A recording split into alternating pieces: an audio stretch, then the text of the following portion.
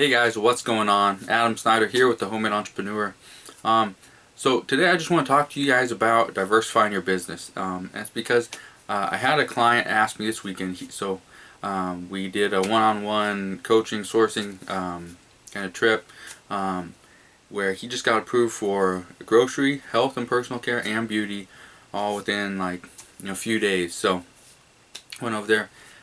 Went to the Seattle area, helped him out, but he wasn't finding the profit margins that he was with shoes, because he's big in shoes. He buys a lot of shoes.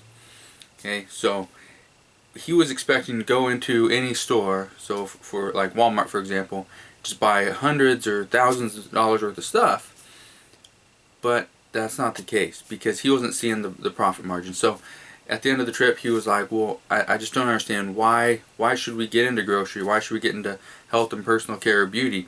Why wouldn't we just continue doing shoes?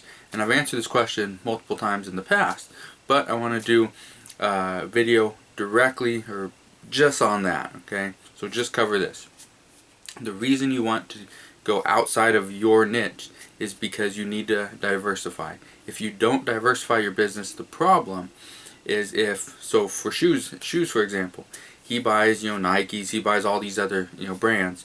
If the shoe if that dries up, let's say Nike decides, I don't want somebody selling our product on Amazon, and they shut it all down. Nike's a big enough company, Amazon will listen to them. Okay, so if Nike says that, his income would drop a significant amount. So because of that, you want to create another income. It can be on Amazon as well, but you create another income. And this, I go back to this all the time, creating multiple income streams.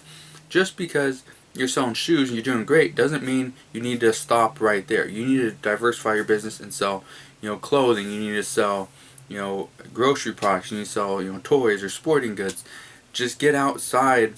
Think a little bit different. Don't think, okay, I'm making a lot of money. I buy pair of shoes for $40, $50 and making $15 to $20 off every single pair. That's great money. With grocery products, it's not the same thing. You're not going to make 100% or 80% profit margins on everything. Sometimes you're only making 30%, but it's a consistent 30%. Every single day you're selling one item or two items. And if you have 50 of those items, you're making some good money. That is how you need to look at grocery products. Okay, so one of the things he asked, and let's get back to that, was why should you diversify if you're making really good money with just shoes or just one category? For me, I was making really good money with toys, and so why should I think differently? Why should I go outside of the toy category and go into sporting goods or clothing or shoes?